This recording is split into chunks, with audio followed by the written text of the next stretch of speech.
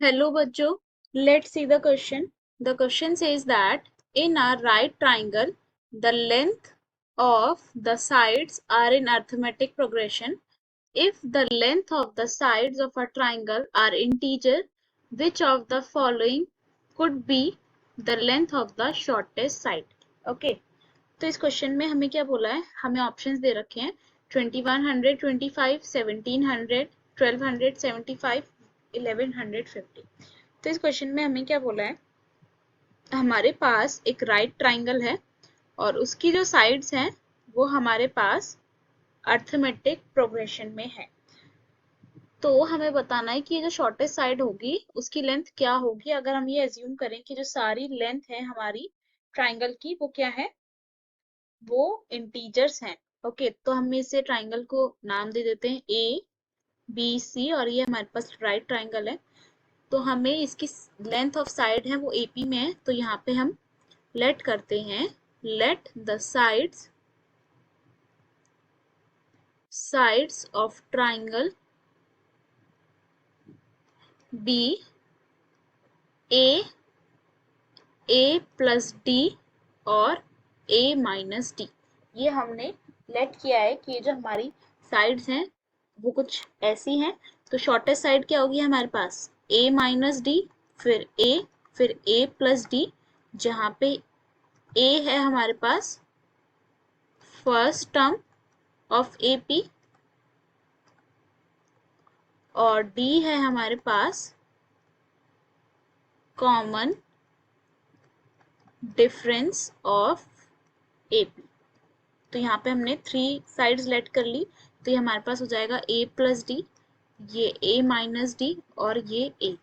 तो यहाँ पे हम की कॉन्सेप्ट यूज करेंगे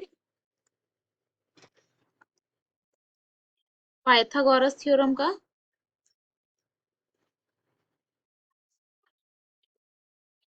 ओके, तो किसी भी राइट ट्रायंगल में हम पाइथागोरस थ्योरम यूज कर सकते हैं। और पाइथागोरस थ्योरम क्या होती है हमारे पास, हाइपोटेन्यूज का square is equal to base का स्क्वायर प्लस हाइट का स्क्वायर, ये हमारे पास होती है पाइथागोरस थ्योरम। तो हम ट्राइंगल एबीसी में पाइथागोरस थ्योरम लगाएंगे, तो हम लिखते हैं यहाँ पे in triangle ABC using Pythagoras theorem use करेंगे।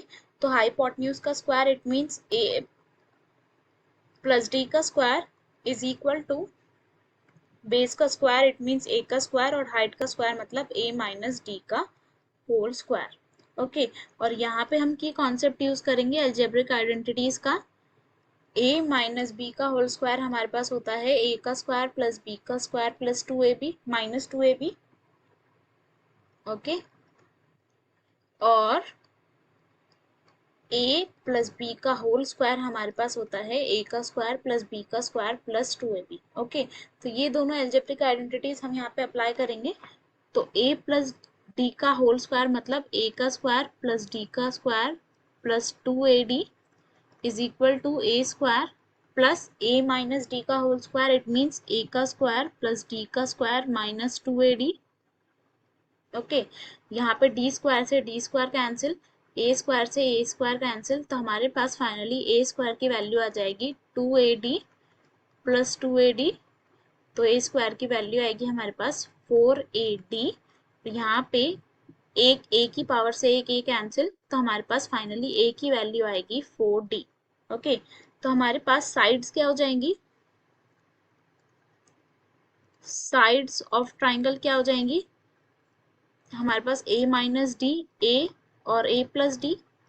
तो हमारे पास साइड्स हो जाएंगी 4d माइनस डी, ए की वैल्यू हमने 4d रख दी, 4d और 4d प्लस डी, तो ये हमारे पास आ जाएगा 3d, 4d और 5d।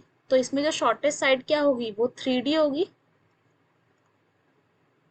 शॉर्टेस्ट साइड होगी हमारे पास 3d।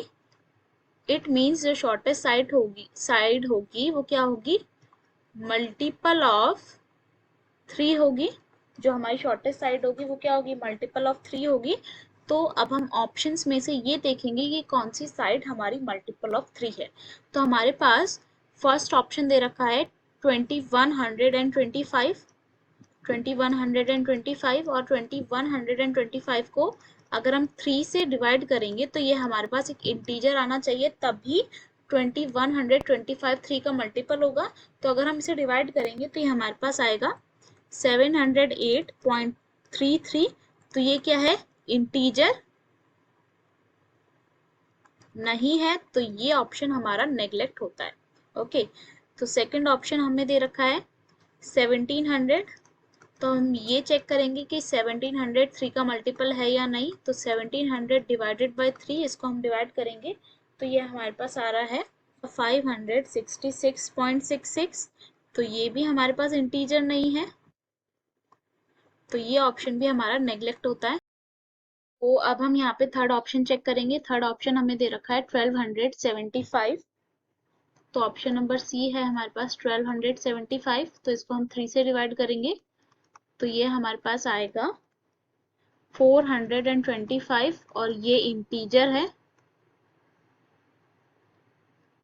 तो ये हमारे पास एक इंटीजर है, तो इट मीन्स ये क्या है, मल्टीपल ऑफ मल्टीपल ऑफ 3 है। तो यही हमारे पास करेक्ट ऑप्शन होगा। हम ऑप्शन डी भी चेक कर लेते हैं। ऑप्शन डी हमें दे रखा है 1150 और 1150 को अगर हम 3 से डिवाइड करेंगे तो ये हमारे पास आएगा 383.3 और ये इंटीजर नहीं है,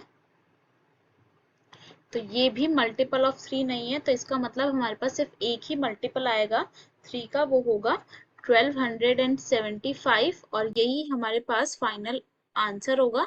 ओके, तो इसलिए यहाँ पे हमारा ऑप्शन नंबर सी जो है वो करेक्ट ऑप्शन है। Okay, hope you will understand. Best of luck, thank you.